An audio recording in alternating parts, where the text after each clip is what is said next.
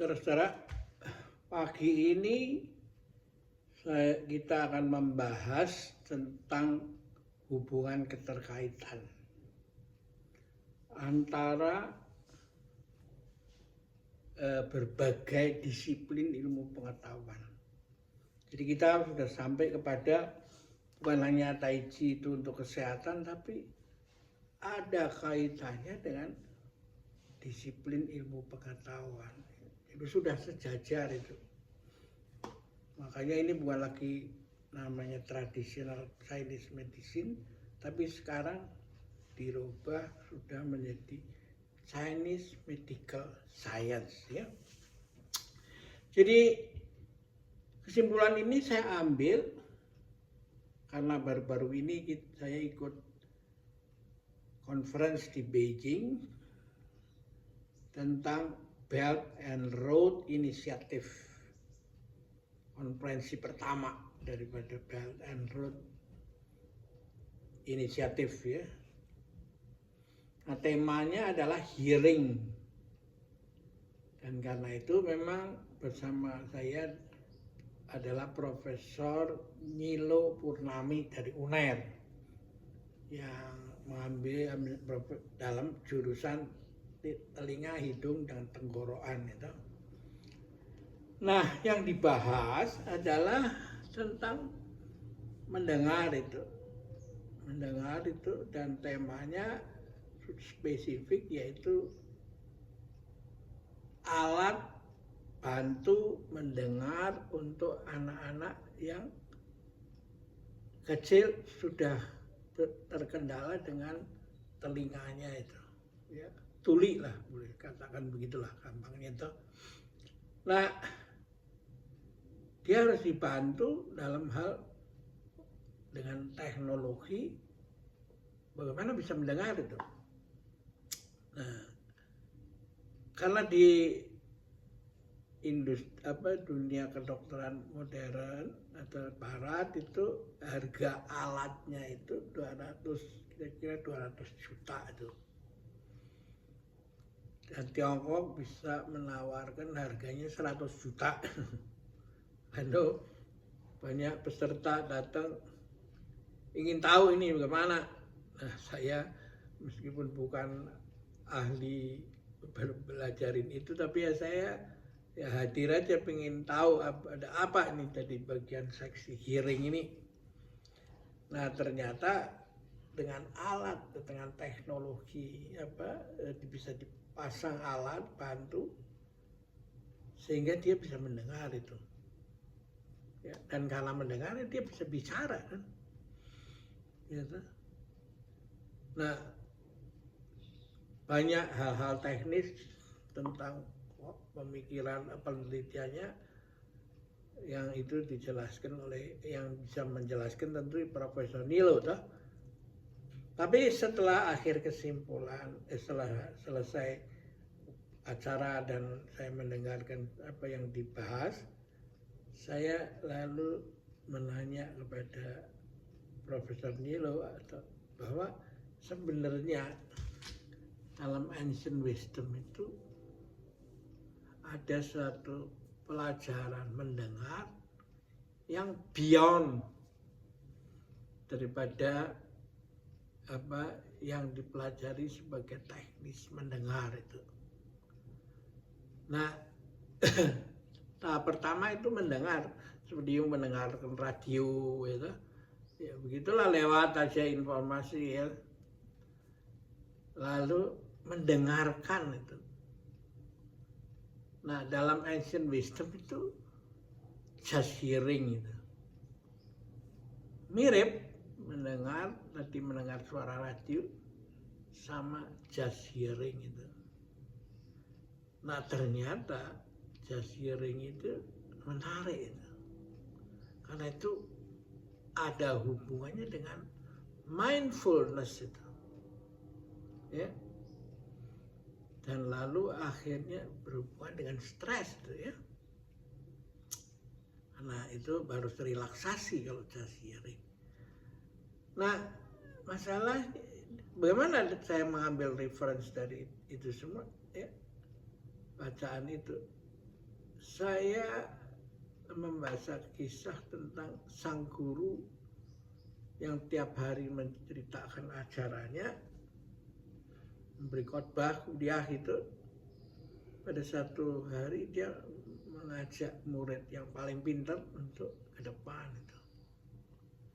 Lalu sang guru memukul gong gitu tuh. Dan sang murid itu ditanya, Ananda, do you hear the sound of gong ini tuh? Sure. Terus dia pelan. Bagaimana? Do you hear? Still, master. Terus. Not anymore. Pukul lagi sama gurunya. Hal yang sama lagi. Tanya. Sampai sang murid itu, yang lain yang pendengar itu bingung. Ini guru ngapain aja ngulang-ulang kerjaan tadi. Iya tak? Nah, setelah muridnya ingin tahu why, baru sang guru menjelaskan begini. Yang saya tanya kepada kamu itu, do you hear not only the gong itu? Do you hear? Do you hear? Jadi karena Anda punya persepsi seolah-olah saya diminta mendengar suara gong, maka saya hanya memusat diri konsentrasi pada suara gong. Padahal yang pertanyaan yang benar adalah do you hear? Saya tidak selipkan lagi suara degong gitu. Nah, disitulah just hearing itu. Hanya orang yang dalam keadaan relaksasi, dia bisa mendengarkan bukan hanya gong, tapi apa saja, suara apa saja. Nah, karena itu dikatakan bahwa kalau you sampai bisa itu, you relax itu. You bisa mindful, you bisa mengetahui hubungan interkoneksi antara berbagai masalah ya, dengan mendengar just hearing itu ya. Nah, kalau you konsentrasi, you membutuhkan effort itu.